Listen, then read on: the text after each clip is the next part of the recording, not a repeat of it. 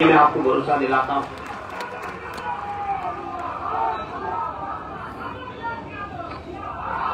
आजमगढ़ के लोगों कोई मामूली बात नहीं है। हमें तो याद है 1993 से आज तक जब गठबंधन बनाया था श्रद्धेय नेताजी ने मान्यवर के साथ, उस समय आजमगढ़ और मऊ शायद एक ही जिला हुआ करता था। 14 की 14 सीटें सपा बसपा गठबंधन को देने का काम आजमगढ़ के लोगों ने किया था। लगातार 4 बार आदरणीय रमाकांत जी को भी सांसद बनाया आपने। श्रद्धेय नेताजी उसके बाद सांसद रहे, आदरणीय अखिलेश यादव जी सांसद रहे। 12 का चुनाव हो 10 में से 9 सीटें। 17 के चुनाव में जहां बीजेपी 350 देश में पा गई थी, वहां आजमगढ़ में से केवल 10 में से 1 सीट पाई थी। वो भी इसलिए पा गई थी कि हमारे ही समाजवादी नेता का बेटा उस क्षेत्र से चुनाव लड़ गया था, इसलिए पा गई थी। नहीं पाती बीजेपी 2017 के चुनाव में भी। और 22 के चुनाव में आपने फिर साबित कर दिया कि आजमगढ़ नेताजी की सरजमी है, नेताजी की सरजमी रहेगी मेरे साथियों। 22 का चुनाव उपचुनाव एक्सीडेंटल जीत जरूर हुई बीजेपी की। हम भाइयों में थोड़ा मतभेद हो गया, हमारे जवाली साहब सामने आ गए, भाई ने हमारा बड़ा नुकसान कर दिया, थोड़े वोट से हार गए।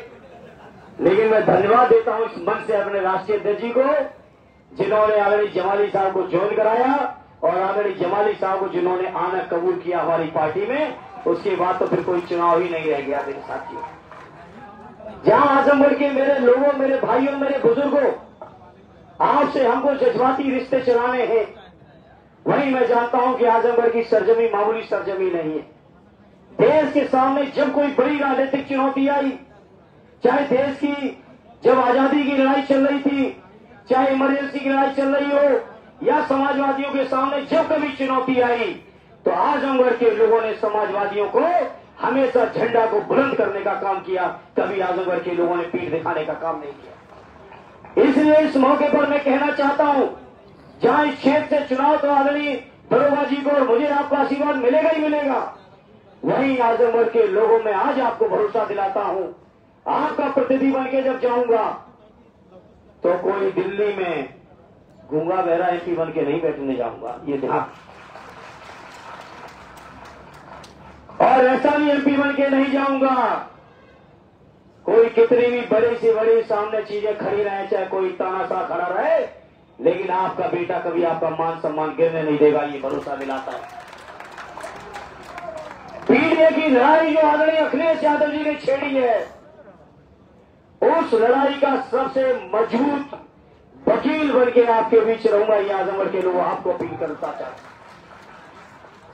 मुझे नहीं मालूम मेरी इस लड़ाई से मेरे साथ कौन मुझसे खुश होगा, कौन नाराज होगा, लेकिन मैं आज इस मौके पर कहना चाहता हूं और संकल्प लेना चाहता हूं आजमगढ़ के लोगों, आपके बीच जीवन में चाहे जितनी बड़ी चुनौतियां आ जाएं, चाहे जितनी बड़ी ताकत सामने क्यों न खड़ी हो, लेकिन बाबा साहब के संविधान को बचाने के लिए, देश के लोकतंत्र को बचाने के लिए, हमारे पिछड़े दलित भाइयों के, आदिवासी भाइयों और मुसलमान भाइयों के, और जो हमारे जरूरतमंद और अगले भाई हैं, उन भाइयों के अगर मान सम्मान स्वाभिमान की कभी कोई लड़ाई आएगी तो आपका बेटा सबसे पहले सीना राखी लड़ने का काम करेगा। ये मैं अपने आजमगढ़ के लोगों आपको यकीन दिलाना चाहता हूं साथियों। और ये बातें कोई आज के चुनाव की उम्मीदवारी के कारण आपके बीच नहीं कह रहा हूं। श्रद्धेय नेताजी के सानिध्य में रहते हुए लोकसभा में मुझे संघर्ष करने का बहुत सारा मौका मिला है, और जब कभी मौका मिला है तो मेरे आजमगढ़ के भाइयों, कम से कम आप फख्र महसूस कर सकते हो, आपका भाई कभी किसी तानाशाह से दबने का काम नहीं किया है साथियों। बताओ मेरे साथियों, बताओ मेरे साथियों, कभी दबा हो? इसलिए आज मैं कहना चाहता हूं, देश की राजनीति में जो माननीय अखिलेश यादव जी ने लड़ाई छेड़ी है, कोई मामूली लड़ाई नहीं है। और आज सभी जानते हो, जब इस लड़ाई को जिस किसी ने छेड़ा, चाहे आजादी से पहले हमारे बाबा साहब भीमराव अम्बेडकर जी ने छेड़ा हो, चाहे श्रद्धेय नेताजी ने छेड़ा हो, कर्पूरी ठाकुर जी ने छेड़ा हो, मान्यवर काशीराम जी ने छेड़ा हो, आदरणीय लालू प्रसाद जी ने छेड़ा हो, जब किसी लोगों ने भी समाज के दबे कुचले शोषित पीड़ित लोगों की आवाज को छेड़ने का काम किया, आवाज को बुलंद करने का काम किया है, तो निश्चित तौर पर ये सामंती लोगों ने अन्याय अत्याचार में और षड्यंत्र में कभी कमी नहीं रखी मेरे साथियों। इसलिए मैं आज इस मौके पर अपने दलित भाइयों से, पिछड़े भाइयों से अपील करूंगा, इस लड़ाई को आपको लड़ना है और आपको जीतना है, और ये लड़ाई आपके हक की लड़ाई है साथियों। आज देश के अंदर चिंतन मंथन चल रहा है इस बात का कि देश में संविधान बचेगा कि नहीं बचेगा।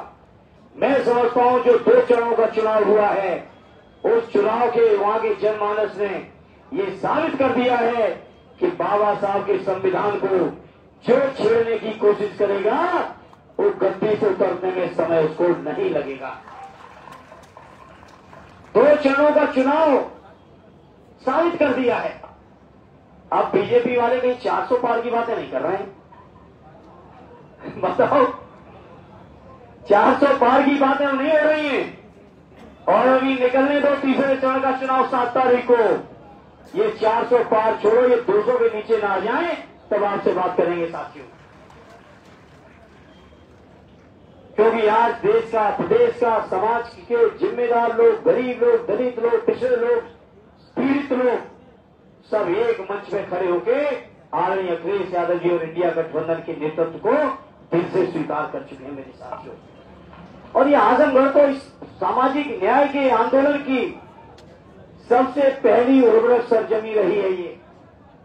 तो मैं आजमगढ़ के आपके बीच में, आपके बुजुर्गों, नौजवान साथियों, आपसे कहूंगा कि जब ये लड़ाई पूरा देश लड़ रहा हो तो आजमगढ़ के लोगों ने इस लड़ाई को इतनी मजबूती से लड़ देना कि भविष्य में कभी बीजेपी का आता पता इस इलाके में न चल पाए साथियों।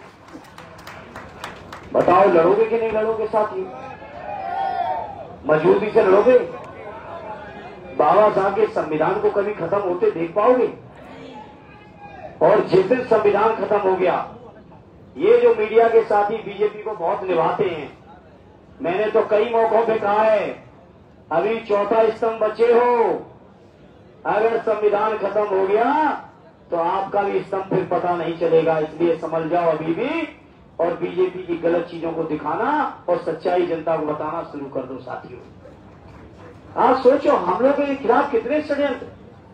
जब यही वैक्सीन का मामला आदरणीय राष्ट्रीय अध्यक्ष जी ने उस समय उठाया था और कहा था कि ये बीजेपी की वैक्सीन है,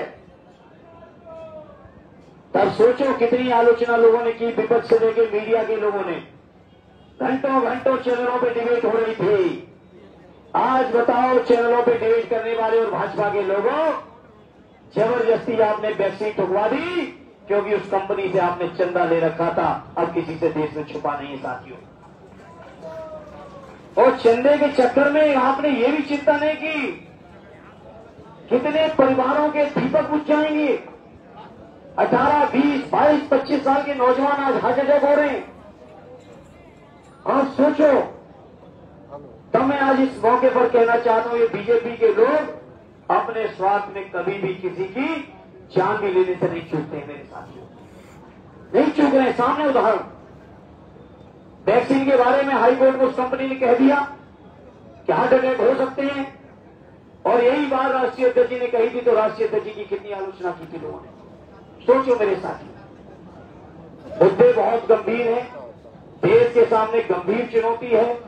और ये मान के चलना मेरे भाइयों, अगर बीजेपी को चुनाव में नहीं हटा दिया तो फिर देश के अंदर कौन सी व्यवस्था होगी, इस बात का अंदाज हम और आप लगा नहीं सकते। बड़ी बात नहीं गुलामी के रास्ते में ले जाए। हमारे आसपास के देशों के उदाहरण हैं जिन देशों में तानाशाही चल रही है। हमारे देश के प्रधानमंत्री बहुत दौरे करते हैं उन देशों के, और उसी तरह की व्यवस्था हमारे हिंदुस्तान में बनाना चाहते हैं और व्यवस्था बनाना चाहते हैं। इसीलिए बीजेपी वाले कह रहे थे अब की बार 400 पार। 400 पार क्यों चाहिए? क्योंकि संविधान में परिवर्तन के लिए, संविधान की बुनियाद को खत्म करने के लिए 2/3 से ज्यादा बहुमत की जरूरत है। तो मेरे भाइयों, आजमगढ़ के लोगों, देश के लोगों ने जो शुरुआत कर दी है बीजेपी को हटाने की, आजमगढ़ आते आते तो बीजेपी को आप लोग एकदम पटरा कर देना इतने बड़े वोटों से। बड़े भाई आदरणीय दरोगा जी को भी जिता देना और मुझे भी अपना आशीर्वाद दे देना, ये हम आपसे प्रार्थना करते हैं।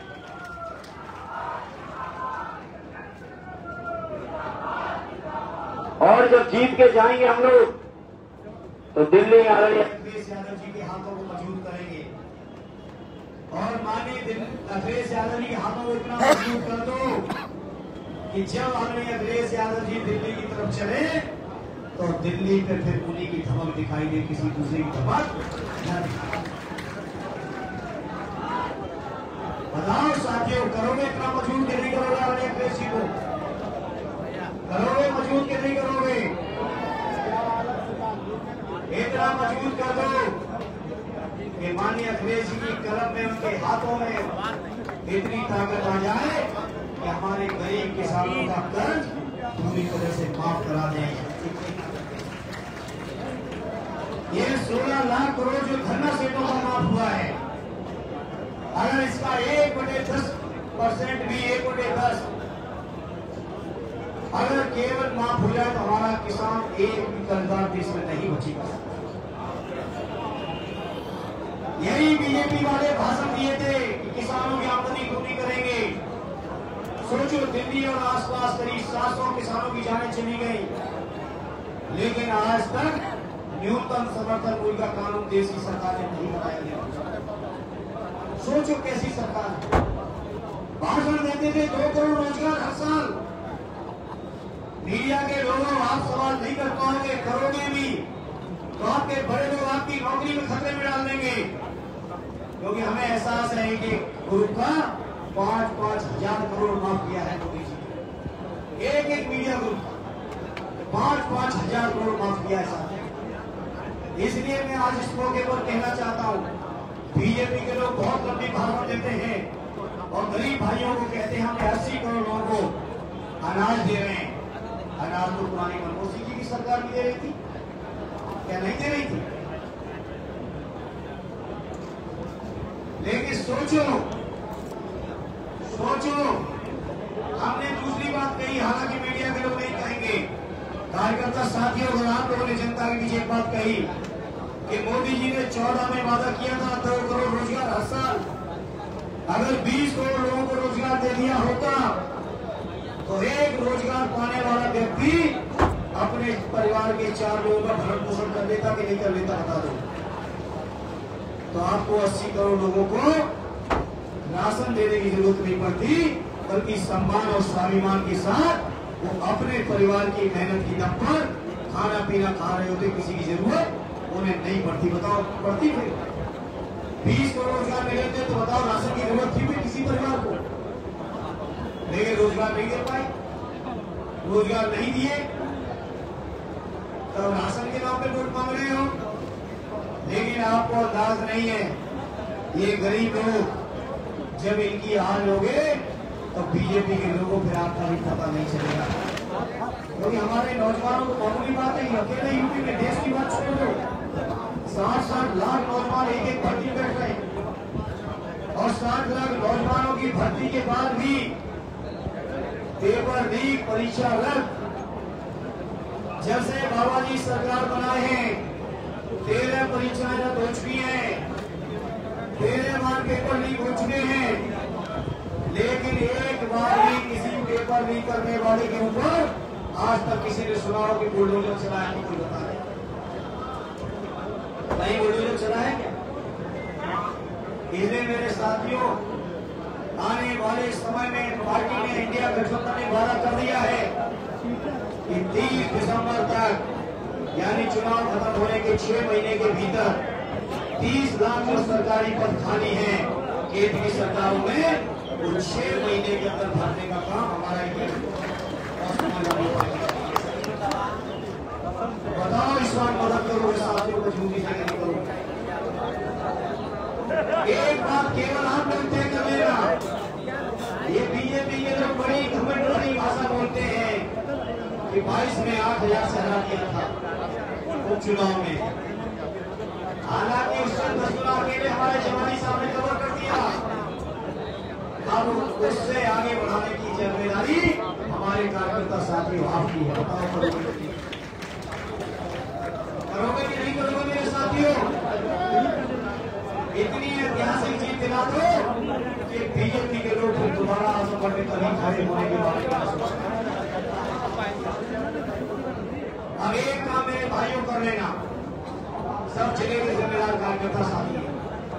कल हमारे छात्र नेताओं की बैठक इसी पंडाल में थी और मैंने कहा है कि हर छात्र नेता अपनी जिम्मेदारी जहां तक समझे, 1 booth 2 booth 10 booth 5 booth 20 booth जिम्मेदारी कार्यालय से लिखित तौर पर लो और लिखित तौर पर जिम्मेदारी को पूरा कर दो।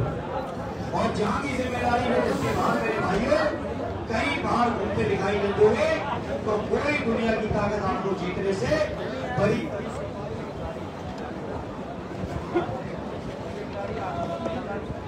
मेरे कार्यकर्ता साथी इतने अपील करूंगा, इतना मान जाओ मेरी बात, केवल 25 दिन का चुनाव बचा है। हम लोग खूब साथ घूम लिए, खूब उत्साह बढ़ा लिए, खूब इधर भी घूम लिए। अब 25 दिन केवल जो जितने बूथों की जिम्मेदारी ले उस बूथ से बाहर नहीं निकलोगे तो आरणी दरोगा जी भी लाखों से जीतेंगे, हम भी आपके आशीर्वाद से लाखों तक पहुंच जाएंगे।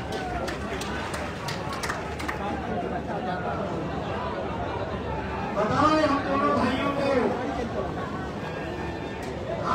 भाइयों को लाखों से जिताओगे मेरे कार्यकर्ता साथियों।